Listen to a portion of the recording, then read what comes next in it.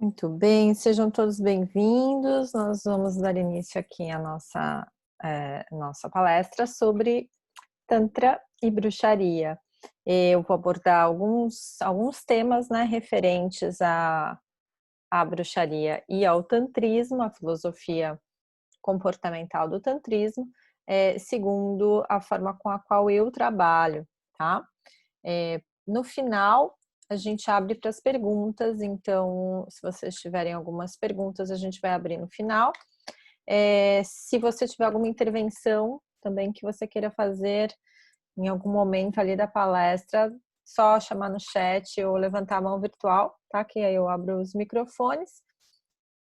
E se você estiver vendo esta palestra depois que ela já tiver acontecido, você pode deixar as suas perguntas nos comentários, tá bom? E a gente pode falar mais a respeito disso depois. Então, bora!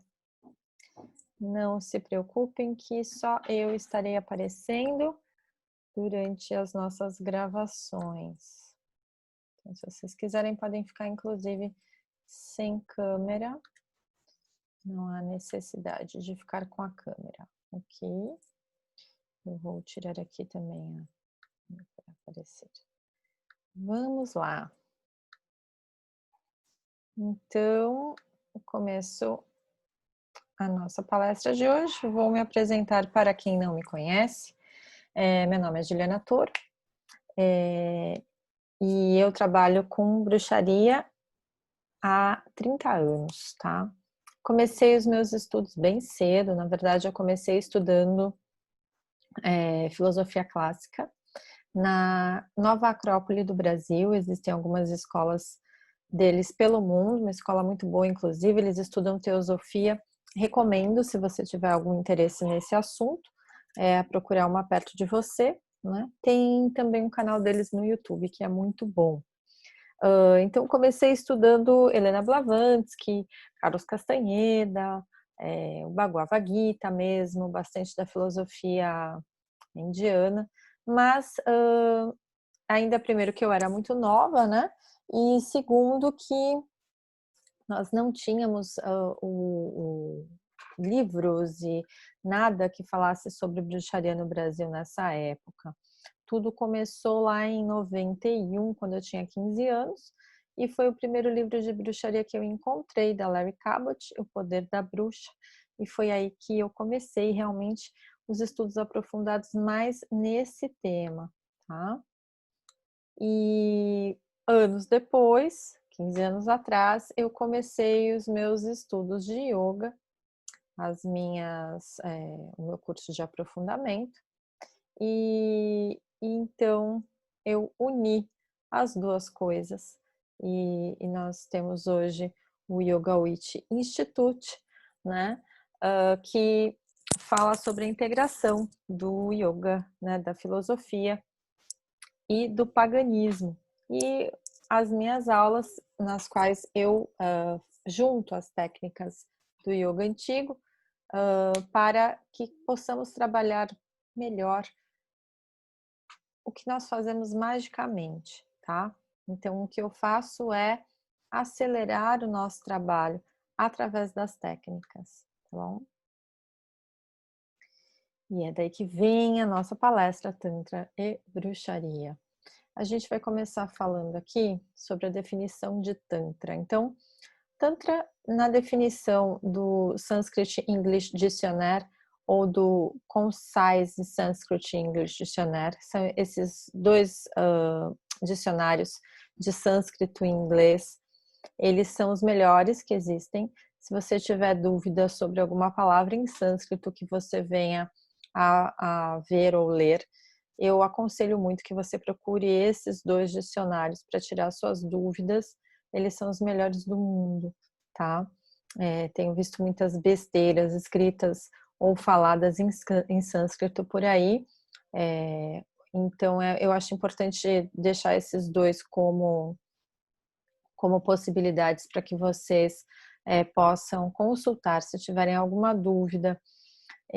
Agora no Dia das Bruxas eu me assustei porque eu vi uma eu acho que está escrito, na verdade, foi uma, como que fala, uma coisa do Instagram, na qual, um post, né, na qual eles diziam assim, você sabia que a palavra bruxa vem do sânscrito? Socorro, gente, a palavra bruxa não vem do sânscrito, não tem nada, nenhuma palavra para a bruxaria no sânscrito, que signifique bruxaria, que tem alguma coisa a ver com paganismo. A forma de culto deles é completamente outra.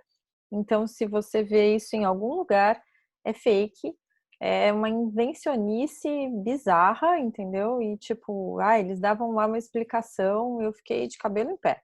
Não tem absolutamente nada a ver, por favor, não caiam nessa e aí que não tem nada a ver. Então, de acordo com esses dois dicionários, Tantra significa rede, teia ou trama do tecido, né? Regulado por uma regra geral, de acordo a maneira correta de fazer qualquer coisa, autoridade, prosperidade, riqueza ou encordoamento de um instrumento musical. Essa definição é a definição do dicionário, né? O radical tan significa estirar e estender. Sufixo tra, que indica instrumentalidade. Instrumento de expansão do campo de consciência comum para alcançar o supraconsciente, raiz do ser e receptáculo de poderes desconhecidos que o Tantra quer despertar e utilizar. Esta seria a tradução da palavra, né? Do que é o Tantra, tá? Então tá aí a definição do dicionário. E aqui a gente tem uma definição filosófica, que é tudo que está aqui está lá, o que não está aqui não está em lugar nenhum. O Tantra, ele trabalha com essa reflexologia, né? Então, ele acredita o quê? Que tudo o que a gente faz tem um reflexo no mundo no qual nós vivemos e nas pessoas com as quais nós convivemos e as pessoas que habitam esse mundo com a gente, né? No tantrismo, a gente fala muito sobre essa dualidade dos lugares, né? Das coisas que acontecem e que acontecem, tipo assim, da responsabilidade, né? Das coisas que você faz e como isso reflete no mundo e nas pessoas que estão ao nosso redor, tá? Então, isso é uma coisa que é muito característica do pensamento e do comportamento, né? Do Tantra, que, como eu disse, é uma filosofia comportamental, é da forma como você se comporta e de como as pessoas se comportam perante as situações. Eu gosto muito daquele pensamento que é quando tem uma chargezinha que o discípulo pergunta para o mestre, mas mestre, e o que os outros vão dizer? E o mestre diz, tipo, que outros? Esse é o pensamento do Tantra, né? Eu sou aquariana e eu tenho esse pensamento, é uma coisa que faz muito parte de mim, assim, de que não tem outros, né, gente? A gente está todo mundo ligado através de uma rede, que eu sempre dou o exemplo da internet, é como se fosse uma internet mental, né? Então, a nossa rede mental, ela é o inconsciente coletivo. Tá todo mundo ligado através do inconsciente coletivo. Tudo que existe ao nosso redor, todas as coisas que existem ao nosso redor, elas existem primeiro no mental, para depois existirem no físico. Então, por exemplo, eu tenho um copo, né? Alguém pensou esse copo antes dele existir como copo, né? Alguém teve a ideia de fazer um copo e pensou esse copo, e aí, por conta disso, esse copo passou a existir primeiro no inconsciente. Existindo no inconsciente, qualquer um que está aqui pode ver este copo, porque ele existe no nosso inconsciente. Se ele não existisse no inconsciente coletivo, nós não estaríamos vendo o copo. Eu sei que isso parece muito maluco, mas não é.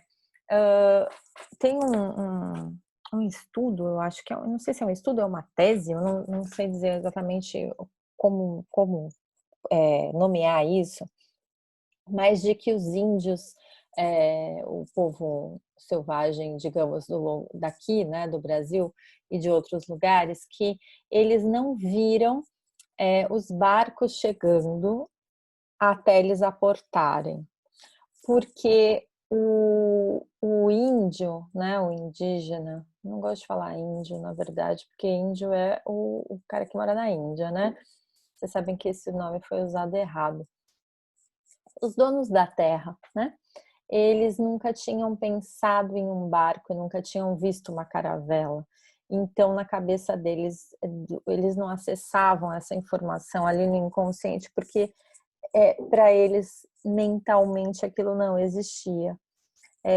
Então, diz que eles só foram abordados e foi tão terrível porque quando os barcos chegaram, só quando as pessoas começaram a aparecer na praia, eles começaram a ver as pessoas, mas eles não viram os barcos chegando, porque o barco não fazia parte do que ele entendia, do que ele conhecia mentalmente. Isso é muito maluco. Mas tudo que existe mentalmente, tudo que alguém pode pensar, pode existir nesse plano.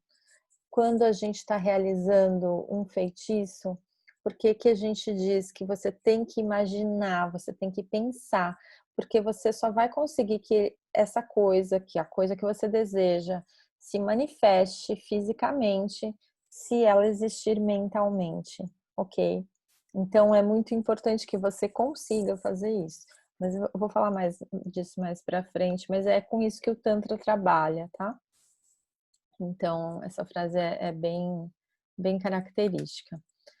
Os tantras são a escritura que expõe o tantrismo ou simplesmente tantra? Trata-se de uma filosofia comportamental que possui características matriarcais, sensoriais e desrepressoras. É a mais rica, poética e artística tradição cultural da Índia. Então, olha o tamanho. Assim, na verdade, hoje, por exemplo, a gente vai explorar alguns assuntos aqui, mas essa filosofia, ela compõe muitas coisas, assim. Ela é uma filosofia riquíssima e que eu estudo há 15 anos e eu não sei praticamente nada, entendeu? É estudo para uma vida mesmo, assim, de tentar não só entender, mas tentar abarcar tudo que compõe, tudo que essa filosofia compõe, tá? Ela é uma filosofia extremamente rica. E eu acho que a minha necessidade de falar a esse respeito, além de eu trabalhar diretamente com ela, né? É também porque eu vejo tanta besteira pela internet falando sobre Tantra que me dá um desespero, porque, como eu estou falando aqui, é uma filosofia tão gigante, tão profunda, e tratar ela com o desprezo que eu vejo, assim, com a pequenez com que tratam ela, me deixa desesperada, assim. Então, eu tenho essa necessidade mesmo de alertar a gente para esse trabalho da, do Tantra como ele é realmente, né? Por isso que estamos aqui falando sobre isso. Vamos continuando aqui, né? O que não é, né? Porque é mais fácil às vezes falar do que não é do que o que é. Então vamos lá. Bom, o que a gente vai ver por aí é sexo, né? A gente vê sobre sexo, sexo espiritual, sexo por sexo, terapia, massagem. São erros comuns das pessoas, na verdade, quando a gente está falando sobre Tantra, porque vocês vão entender por que é esse ponto que fica mais alto. Mas antes da gente entrar nessa parte do assunto, eu vou lembrar que é uma rica filosofia comportamental. Engloba a massagem, engloba o toque, tá? Porque é uma filosofia sensorial, por ser matriarcal. Então, massagem, toque, faz parte do tantrismo, mas isso é a migalha do pãozinho que caiu no chão que o cachorrinho estava comendo, entendeu? É terapia? Não, aí já não. Não é terapia, ela é uma filosofia comportamental. ela pode servir para uma reeducação comportamental e não para uma terapia. É sexo espiritual? Sexo espiritual, o que você entende por sexo espiritual? Dependendo da forma como você entender, pode ser, porque o sexo é sagrado para o Tantra. Então, pode estar nesse caminho ali. É sexo com yoga? Não. Não é sexo com yoga, não tem nada a ver, né? Yoga é outra filosofia, é uma filosofia prática, tá? Que aí não tem nada a ver com sexo. Sexo por sexo, não, tá? Seguimos. A gente já vai entender por que rola essa dificuldade. Tá, por que fala tanto em sexo? Aí a gente vai lá para o Kama Sutra, que é o que todo mundo conhece, né? O Kama Sutra, ele foi um livro de etiqueta sexual, de um sheik que fez uma encomenda desse livro para que os filhos dele, ele tinha 2 filhos, 2 príncipes, né? Para que os filhos aprendessem sobre etiqueta sexual. E este livro ensina como dar prazer à mulher, tá? Porque o Tantra, a filosofia do tantrismo, ela é matriarcal. Então, a mulher é vista como Mahashakti, como deusa, tá? Então, cabe ao parceiro aprender a dar prazer a esta mulher, que é a Shakti, a deusa da relação, ok? Então, o Kama Sutra, ele era uma cartilha de etiqueta sexual, que ele foi encomendado por um sheik. Eu vi também uma coisa terrível esses dias, falando que o Kama Sutra era responsável, era uma coisa do patriarcado, porque oprimia as mulheres. Não, ele não foi feito para a opressão das mulheres, muito pelo contrário, ele foi feito para a exaltação das mulheres, né? Ele não é uma cartilha feita pelo patriarcado, é exatamente o contrário. Ele é uma cartilha feita pelo matriarcado, tá? Então, essa informação tá errada, tá confusa. A massagem tântrica. Surgiu, né, a massagem tântrica porque, como eu disse, existe dentro do tantra a importância da sensorialidade, vocês entenderam? Do sensorial, né? Então existe essa importância extrema da utilização no nosso lado sensorial e da obtenção do prazer, né? Então, isso faz parte de dentro da forma de comportamento do tantrismo. Só que aí, o que o ocidental fez? O ocidental foi lá e pegou só essa parte e montou como a massagem tântrica, juntou isso com uma terapia, e aí virou uma terapia do sexo. E hoje, inclusive, isso tá bizarro, porque até a galera tá usando isso como chaveco, né? Não, eu sei fazer massagem tântrica. Não é tão simples assim. E não é usado dessa forma, é usado assim, mesmo quem está usando massagem tântrica como terapia, tem pessoas que até fazem um trabalho mais sério, mas aí, gente, com uma outra pegada, né? Com a pegada do empoderamento feminino, às vezes do empoderamento masculino também, porque eu já vi, né? Para homens que são inseguros, porque mesmo no caso das mulheres, é uma forma, porque mulher tem aquela dificuldade, algumas em chegar a um orgasmo e tudo mais. Então, no caso das mulheres, o que eu vejo é esse empoderamento de você ter o controle sobre a sua sexualidade, sobre o seu corpo, né? E fazendo com que as mulheres se libertem dessa opressão, né, desse estado e tudo mais. Agora, no caso dos homens, é mesmo um trabalho de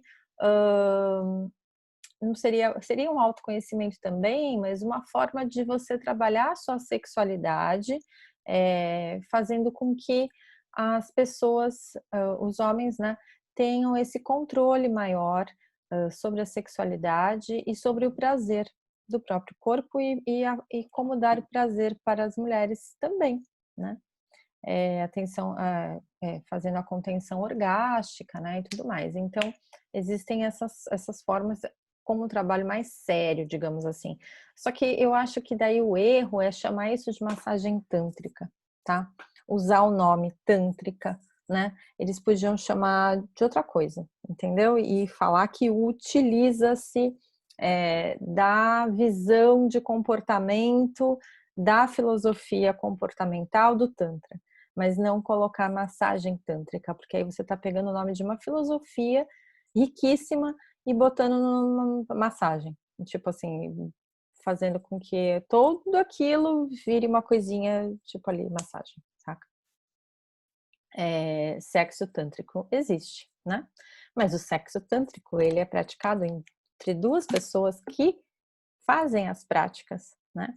É chamado Maituna, ele é um acelerador evolutivo e as duas partes têm que ser praticantes de yoga há bastante tempo, há mais de 5 anos pelo menos. Nossa, Juliana, mas por quê? Porque para que você realmente faça um sexo tântrico, não, um Maituna, com a intenção de ser um acelerador evolutivo, as duas partes têm que estar no mesmo grau evolutivo. Senão não adianta, senão não vai funcionar como o sexo tântrico, né, que seria o Maituna. Não vai funcionar como acelerador evolutivo. Então ele existe sim, ele pode ser feito sim. A intenção não é só o sexo, a intenção não é só o prazer do sexo, tá? Mas é com este prazer, com este sexo, fazer o despertamento da Kundalini para que você tenha evolução na sua vida, para você, né, ter a sua evolução, tá? Então, percebe que mudou a forma de pensar ali, né? Porque quando a gente fala, a pessoa tá pensando que, sexo tântrico, nossa, vou ter orgasmos incríveis vou morrer de prazer e tal, e a intenção não é essa, tá? Isso é o meio pelo qual você alcança a evolução e não é o fim, entendeu? Esse é o meio. Vamos falar um pouquinho mais que eu vou chegar ali. Vamos ali. Mahashakti.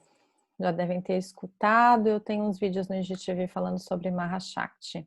Bom, eu vou ler um trecho do, Bhairavi Stotra, que é uma escritura do Tantrismo. Cultuo em meu coração a deusa, cujo corpo está tona d'água como a ambrosia, linda como o clarão que, vindo de sua morada para o Palácio Real de Shiva, abre os lotos do adorável canal axial, que é o Sushumna. Bom, o Tantra nos propõe uma visão de mundo sem os véus de Maya, sem as ilusões criadas por nós, seres humanos, do que é e de como nos portamos nesse mundo. A maioria dos textos sobre Tantra são escritos com figuras de linguagem, por isso o seu entendimento pode ficar meio difícil de ser assimilado por quem não conhece essas figuras de linguagem, né? Se você trabalha o acesso ao inconsciente coletivo, as leituras e os estudos vão ficando mais claros e vão fazendo mais sentido, porque eles trabalham com muitas figuras de linguagem e essas figuras de linguagem são decodificadas através do acesso ao inconsciente. Para nós que somos ocidentais, a proposta de tomarmos uma forma de agir diferente daquilo que estamos acostumados pode ser desafiadora, né? Daí a importância da quebra de paradigmas para a obtenção desse crescimento evolutivo. Então, isso é primordial para quem está estudando e treinando o entendimento do Tantra, né?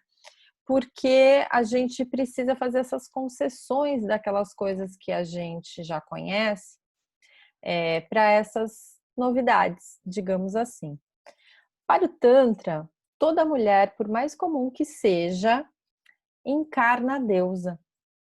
A deusa é a mulher absoluta, é a mãe cósmica, é a Mahashakti, né? Que é o portal criativo de nascimento de tudo que existe, tá? Essa imagem sagrada, a imagem sagrada da deusa da Mahashakti, é a imagem sagrada da deusa para nós, do paganismo, né? É a mesma coisa, com outro nome, mas é muito, muito idêntico, né? Se a gente for parar para analisar, né? Para o Tantra, a visão da criança é a visão real. Ela enxerga, além do físico, a essência a chispa divina. Ela vê a deusa encarnada na sua própria mãe. Por isso os exercícios de visão infantil são tão importantes, né?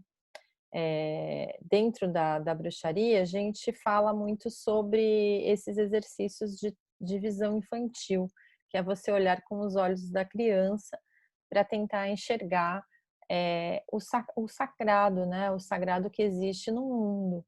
Porque a criança não tem as barreiras, não tem o véu de Maia ainda. Ela vai adquirindo esse véu de Maia conforme ela vai crescendo, né? Essa potência criativa, ela é inerente às mulheres, né? E a gente vai entender essa forma de ver essa Mahashakti através desse pensamento sobre a natureza, né? E isso se reflete em todas as mulheres. Então, a criação, a sexualidade e a fertilidade, tá? Eu já estou viajando aqui nos assuntos, deixa eu me voltar. Bom, aí a gente tem essa frase que eu adoro também, que é Shiva sem Shakti é Shava. Shiva, vocês já sabem o que é. Shakti, vocês acabaram de aprender, que representa essa força primordial, a deusa, né? E Shava significa morto, significa parado, significa sem vida, tá? Então, Shiva é o idealizador de uma força matriz. Shiva, a gente vê a figura de Shiva sempre como sendo do movimento, né? Shiva é o que mantém o mundo em movimento. Se vocês pesquisarem um pouquinho sobre a imagem, geralmente na qual ele se apresenta, ele está sempre com um tambor, que é o Damaru. E ele toca esse tambor para manter o universo funcionando, né?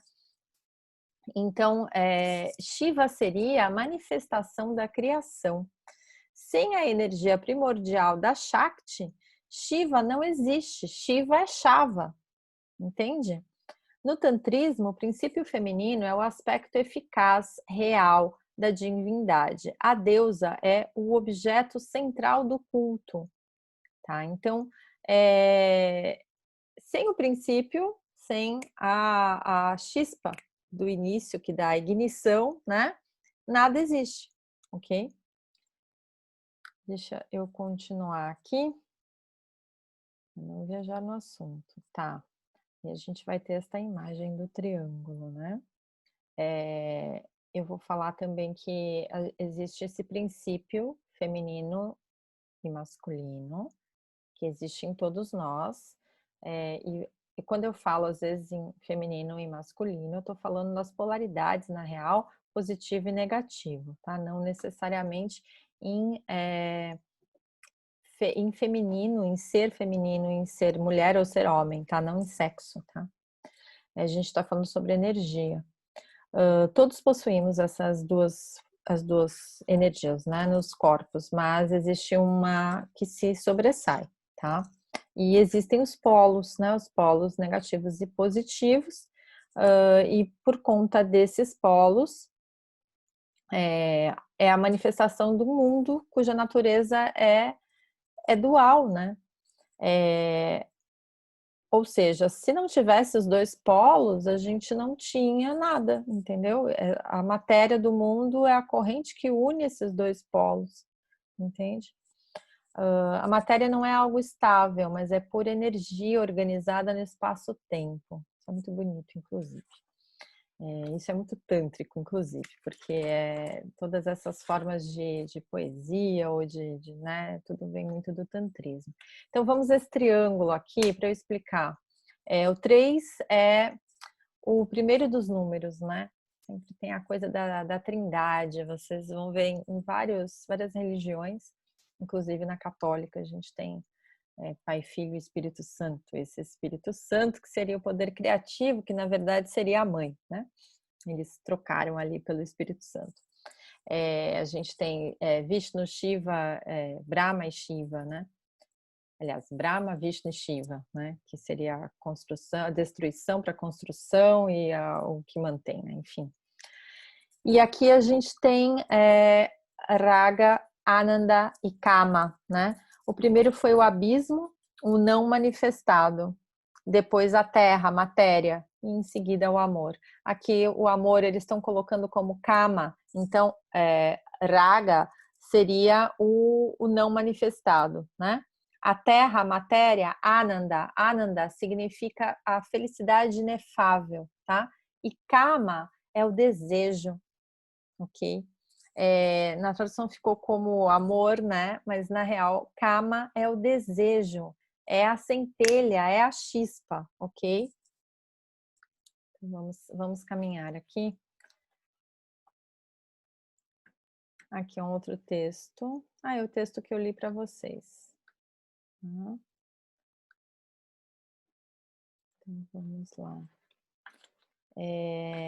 Na Trindade Primordial, não é Shiva nem Shakti que executam a criação, tá? Isso é importante. O que executa a criação é a chispa entre eles, é a centelha, é Kama, é o desejo, né? A importância da Kundalini e do sexo para o Tantra, no caso o sexo sendo sagrado, né? Dizer que o gozo, né? O orgasmo, ele nos aproxima dos deuses, ele é divino, tanto que ele é chamado de pequena morte, acho que em francês, né? Então, é aí que entra essa parte sexual da coisa, né?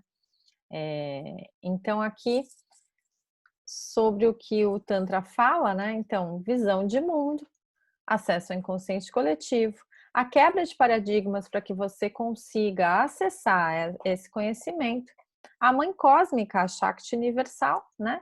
E a forma de comportamento do homem tântrico, que vai sempre enxergar essa mulher como sendo a deusa, como sendo Mahashakti, como sendo uma centelha divina, um espelho, um reflexo desse poder criativo, tá?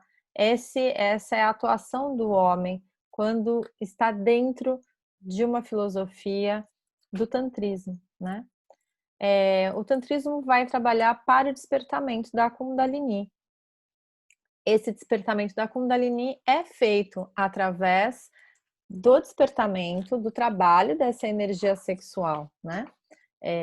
Então, não é sexo por sexo, entende? É sexo com a intenção do despertamento da Kundalini, né? A Kundalini é o conceito evolutivo que faz o homem atual emergir lá dos pré-hominídeos e que talvez no futuro faça advir um super-homem, né? Trabalhando no despertamento de cada um dos chakras, né? Porque quando a gente faz o despertamento dessa energia, a intenção é fazer com que ela suba pelo canal, pelo Sushumna Nadi, e assim a gente vai evoluindo, vai tendo evolução, né? A Kundalini é energia ígnea de natureza neurológica e manifestação sexual, né? Ela desperta e sobe pela Sushumna Nadi. E aí vai tendo esse trabalho do despertamento de cada um, né? De cada um, vai acordando cada um desses chakras. E a gente vai tendo a evolução do ser humano, tá? Nós temos vários chakras no nosso corpo energético, como se fossem veias, são os nossos canais energéticos. Nadis significam veias energéticas, né? Nadi é veia.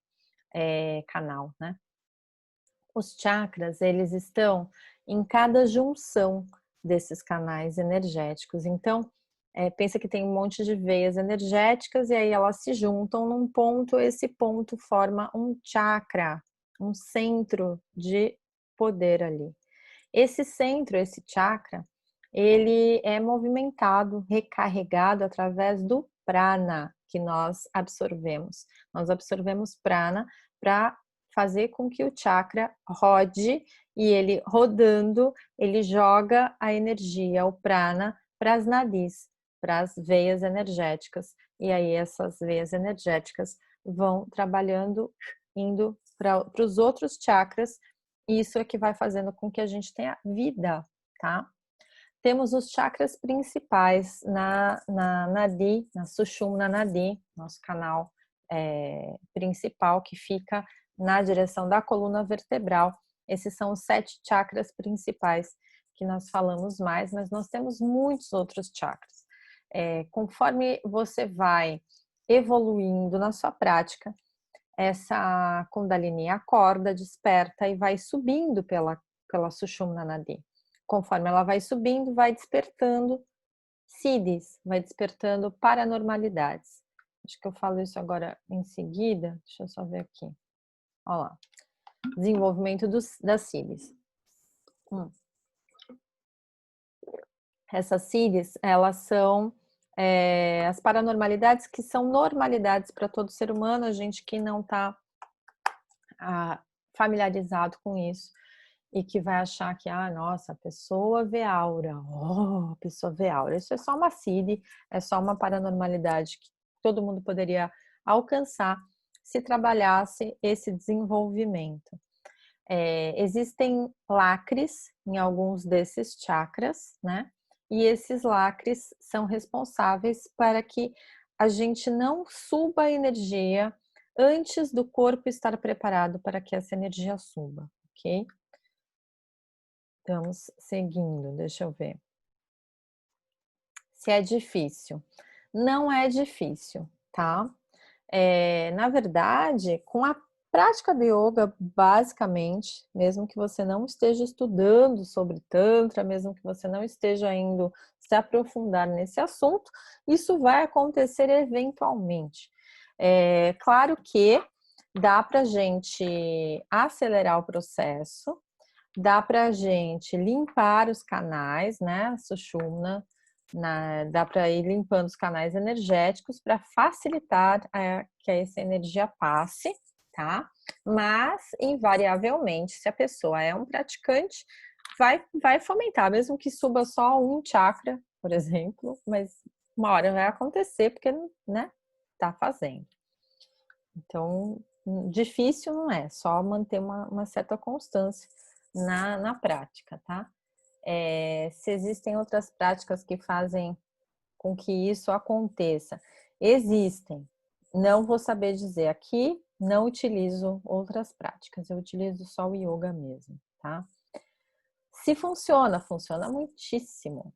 Funciona muitíssimo. Eu vou dizer que assim, é como se você tivesse uma internet meia boca e de repente você colocou uma internet turbo e as coisas começam a funcionar muito mais rápido. Fora que assim, com a prática, você vai trabalhar a sua mentalização, você vai trabalhar a sua meditação, tudo vai ficar muito mais fácil de ser feito, mais rápido de acontecer, né? Porque você consegue mentalizar muito mais rápido, você consegue fazer com que as coisas aconteçam muito mais eficientemente na sua vida, né?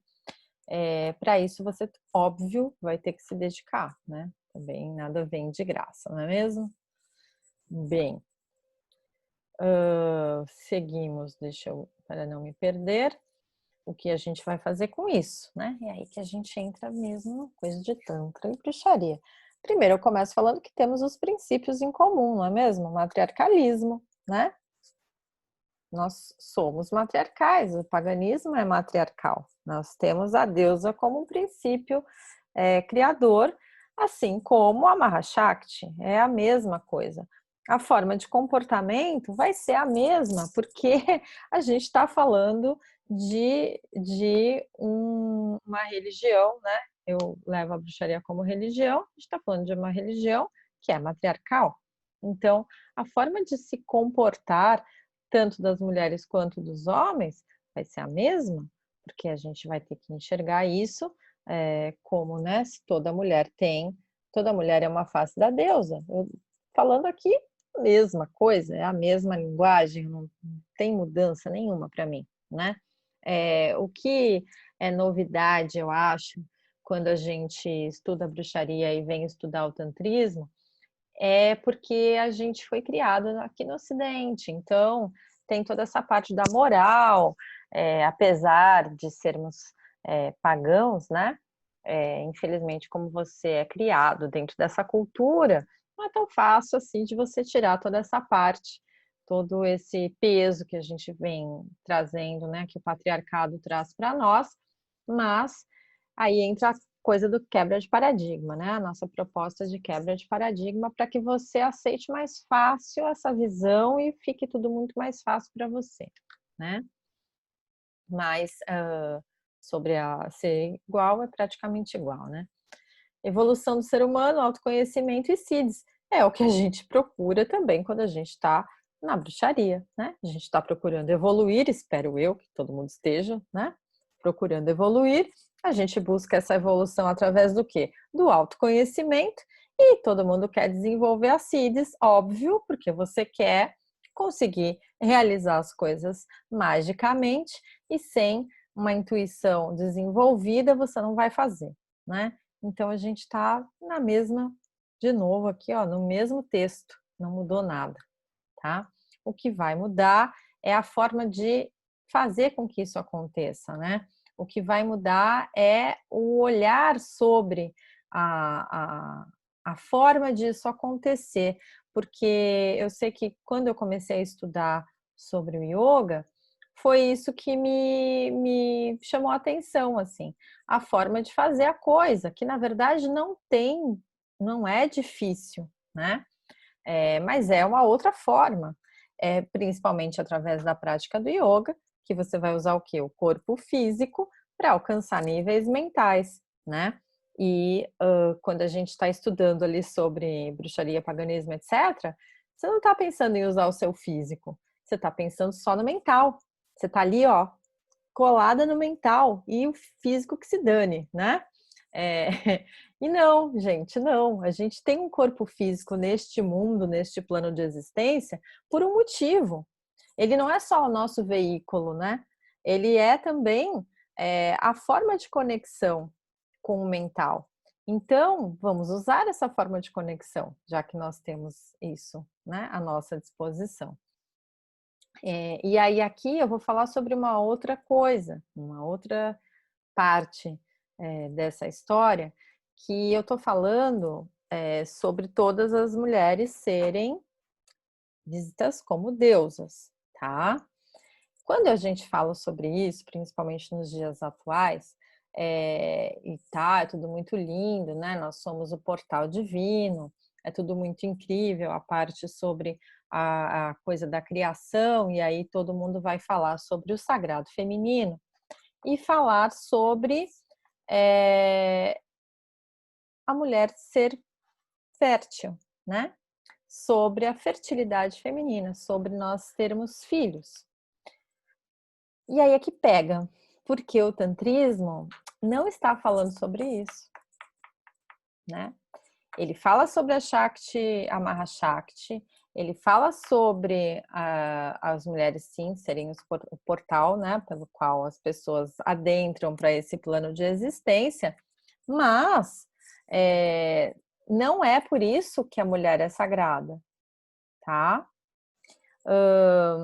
A importância dada à fertilidade da mulher, quanto a de gerar um filho, alimentou a opressão do patriarcado, tendo em vista a necessidade de uma contraparte. Por quê? Pensemos aqui comigo, né? Tem que ter ali a parte masculina, viril, para essa concepção acontecer, não é assim, né? cara vai lá e faz um filho, não é? Ele faz um filho. E é aí que tá o ponto. Nas mais antigas teorias gregas gerais, né? Vários seres divinos são criados por partenogênese. Então, a gente vai ter Shiva, que é representado estando em coito, né? Com Parvati, por décadas ali na mitologia. Porém, ele gera um filho quando o coito é interrompido e o esperma divino cai na boca do fogo sacrificatório. E aí surge um filho de Shiva. Claro, a gente vai falar de Ganesha também. Mas Ganesha também tem uma coisa ali louca na mitologia, porque Shiva estava meditando quando Parvati teve Ganesha, né? Então, Ganesha também não nasceu depois que Shiva e Parvati tiveram uma relação, né? Zeus, no caso, é pai de muitos filhos, mas a mãe não é Hera, né? E Hera e Zeus são o casal principal, certo? Inclusive, Hera é a deusa do casamento. Hera também tem filhos que não são de Zeus, né? E aí, tá? Eu deixei aqui também Afrodite e Freia, porque as duas são representadas muitas vezes como deusas do amor, deusas que trazem esse lado, né, do feminino, do amor, da paixão, né? Porém, elas não são deusas de fertilidade. Olha só.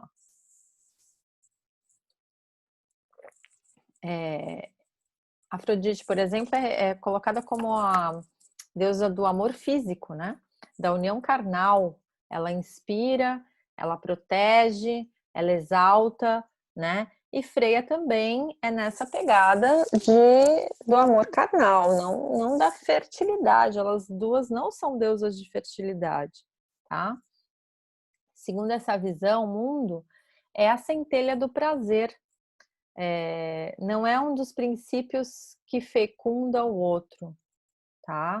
A gente tem a partenogênese em vários momentos, de vários tipos de mitologia, de vários deuses poderosos, tá? E tem a fertilidade. Quando a fertilidade era exaltada dentro do paganismo, geralmente falava mais sobre a fertilidade da terra do que sobre a fertilidade do ser humano. Na verdade, para o despertamento da Kundalini, a gente precisa da faísca, da paixão, do tesão, né? A gente não precisa da fertilidade, entendeu? A gente não precisa que isso traga filhos, a gente precisa que isso traga essa chispa, tá?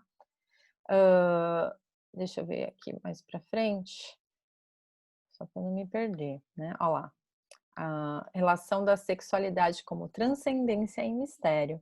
A reprodução e a fecundidade seriam apenas acidentes ocasionais da união dos sexos, uma utilização do prazer que visa a multiplicação das espécies vivas. Seria um erro interpretar os mitos e símbolos da união sexual em termos de fecundidade.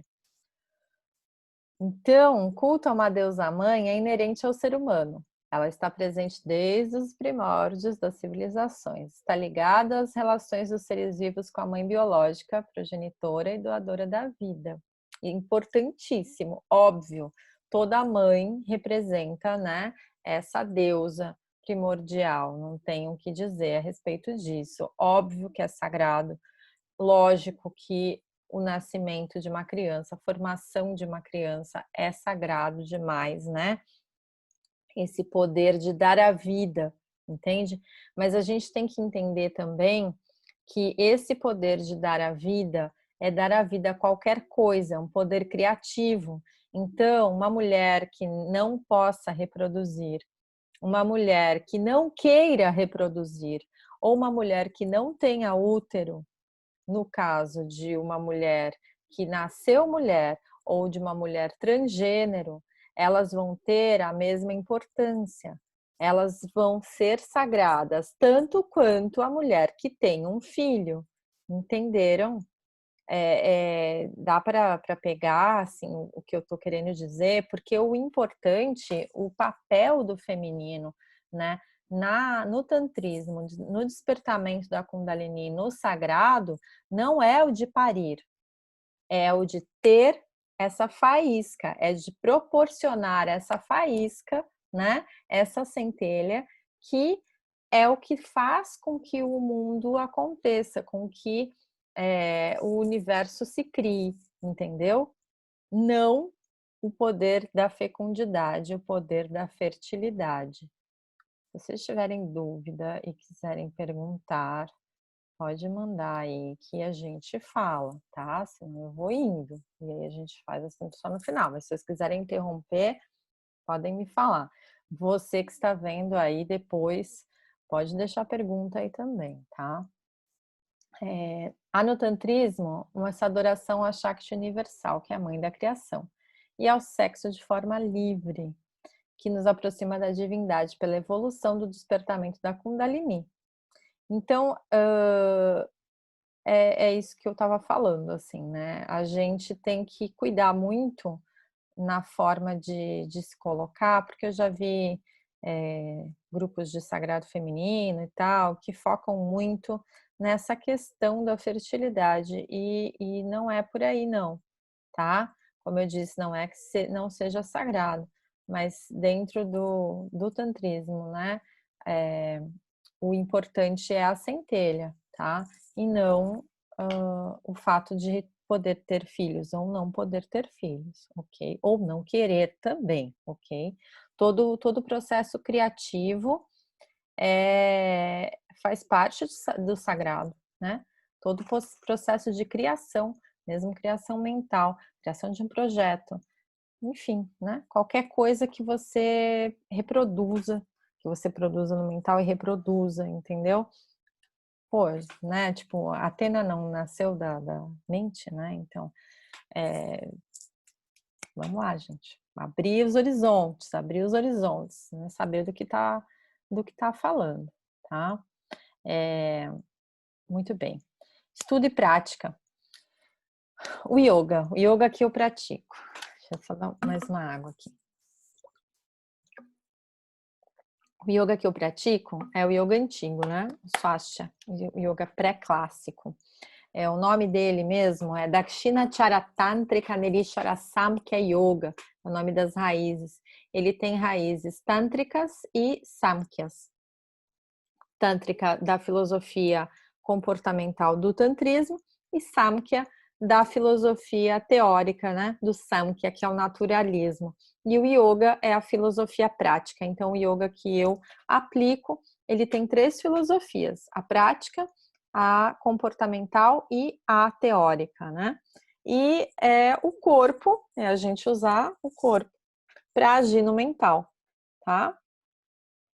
É assim que funciona a nossa prática, né?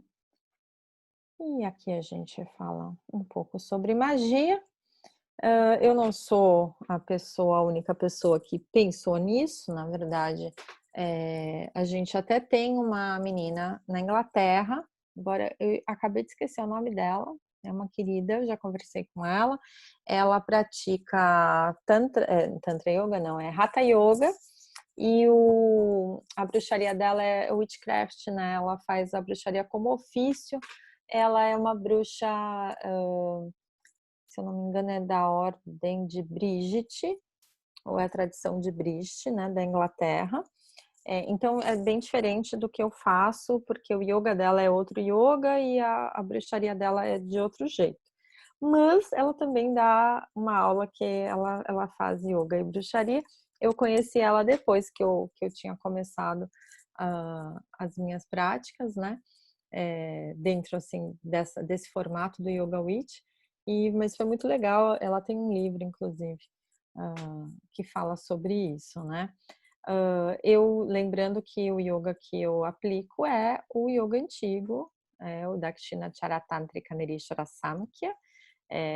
Não inventei nenhum outro yoga, e a junção, na verdade, é porque eu uso as técnicas para o trabalho dentro da bruxaria. tá? Mas eu não deturpei nem modifiquei o yoga como ele é, né? Eu só faço uma junção, utilizo as técnicas para outro fim. Não fui a primeira pessoa a fazer isso, como eu ia dizendo. Essa frase aqui, ó, yoga é união, é a arte de unir a mente em uma única ideia. O mago atenta para o fato de que cada parte de nós quer uma coisa diferente. E nossa verdadeira vontade é a união de todos esses desejos. Então, o autoconhecimento é que traz a sua vocação, a sua verdadeira vontade. E quem disse isso não fui eu. Vamos ver quem foi que disse. Meus queridos, foi Crowley. Crowley já estudava o yoga há muito tempo, usava, né, praticava inclusive, até por esse motivo que Paulo Coelho também praticou yoga, né, inclusive o nosso, o yoga antigo, seguindo os passos aí de Crowley, né, apesar que o Crowley praticava um Hatha Yoga, e eu acredito que se ele tivesse encontrado o Swastika na época que ele, né, fez os estudos, ele ia chegar a umas conclusões bem mais assertivas ali, porque não estou desmerecendo o Hatha, mas o Hatha é um yoga clássico, né? Ele veio depois, na verdade, é um yoga de Gorakshanata, se eu não me engano. Enfim, ele veio depois e você tem que estudar os yamas e niyamas, ele tem que ter uma junção ali para os estudos. E se ele tivesse visto pelo lado do Swastika, eu acho que ele teria alcançado umas respostas aí mais fáceis, tá? Enfim, isso aí foi só para a gente ter uma visão. E eu vou ficando por aqui. Agora a gente vai abrir para as perguntas não vão ficar gravadas, né? Para você que está assistindo, Bless the Bee, um prazer estar aqui de novo com vocês e logo mais a gente vai fazer mais algumas palestras nesse sentido, até talvez com outros temas ligados ao Tantra, porque o assunto é muito vasto mesmo, né? E qualquer coisa, deixe seu recado aí. Não esquece de se inscrever, né? Deixar o seu like também é importante para que esse vídeo alcance mais pessoas. Então, um beijo para vocês. Aqui, né? Lembrando que Yoga Witch é integração, né? E os nossos contatos. O site ainda está em produção e a gente tem aí o nosso Instagram, que funciona também como loja. É isso. Um beijo.